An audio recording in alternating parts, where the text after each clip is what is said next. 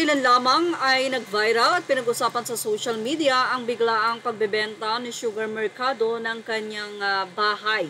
Kung saan ay inilibot nga ni Sugar Mercado or pinakita niya ang buong kabahayan upang ito ay mabili ng ayon sa kanya ay rush. So yung mga nakakabit na doon ay iiwanan na nga. At mukhang ang rason ay eto, na ibinahagi nga kamakailan lamang nito lamang ni Christopher Min sa kanyang YouTube channel na Showbiz Now na. Ayon kay Christopher Min, nagkahiwalay na raw si Willie Revillame at Sugar Mercado. 7 years na magkarelasyon pero wala namang inamin ang dalawa dahil na rin sa nais nga ni Willie na maging pribado ang nasabing relasyon.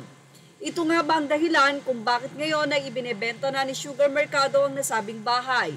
Isa raw kasi sa naging dahilan ay ang selos. At ang di umano ay pagtitipid ni Willie Revillame kay Sugar Mercado o ang pagbibigay dito ng pera na hindi kumakasya.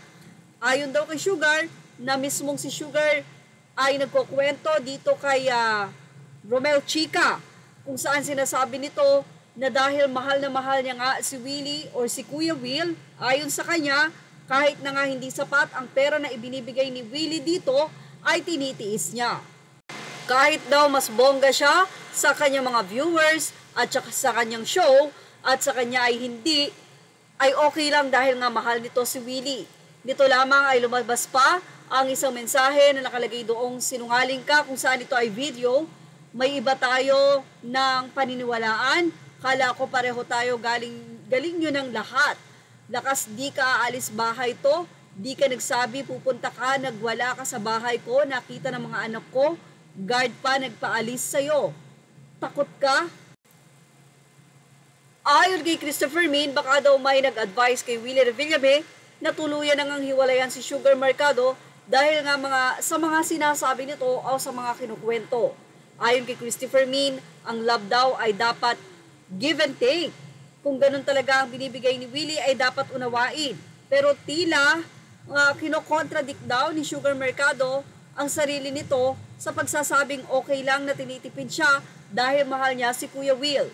Mukhang ito na nga daw talaga at tuldok na at hiwalay na nga si Willie at itong si Sugar. Well, sa ilang mga netizen, kaya pala minamala si Willie, ganun pala ang karelasyon, mabigat sa buhay yon. Sa iba ng ilan, level up na dapat si Willie sa pagpili ng GF. Hindi niya jowa itong si Sugar. Kumbaga hindi niya jowa yan, sugar baby yan. Yan yung nag-aalaga sa kanya dahil matanda na siya. Tapos yung mga anak niya, syempre may pamilya na. Feeling ni girl ay GF siya kung makaasta. Say naman ng isang netizen, asawa nga hinahanapan ng pera or pag kulang nga ibinibigay, syempre magre-reklamo ka kasi kulang yung bigay kasi nga baka kulang yung budget para sa mga pangangailangan niya. Hate na hate kaya yan noon ni Sugar nung nag-work pa ako sa Flawless. Paano feeling entitled, lahat ata ng produkto gustong hakutin for free.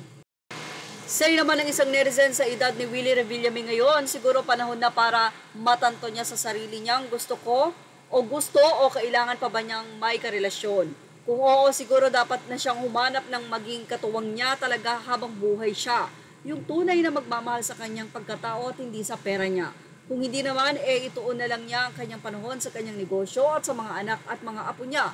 At sa pagtulong niya sa mga taong tunay na nangangailangan ng wala siyang hinihinging kapalit.